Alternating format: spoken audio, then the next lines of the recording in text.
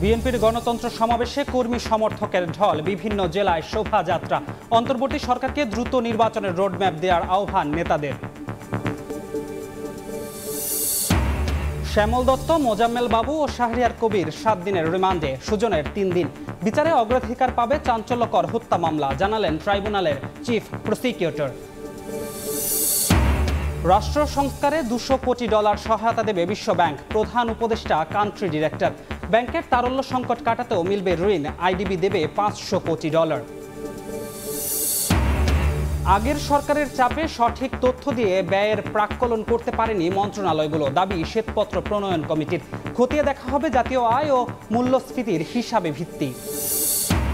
এবং শ্রমিকদের বিক্ষোভ সংঘাতে উত্তপ্ত সাভার গাজীপুর, পোশাক খাতে অস্থিরতায় প্রতিযোগী দেশে চলে যাচ্ছে বিদেশি অর্ডার। সরকারকে দ্রুত পদক্ষেপ নেওয়ার আহ্বান বিজিএমইএর।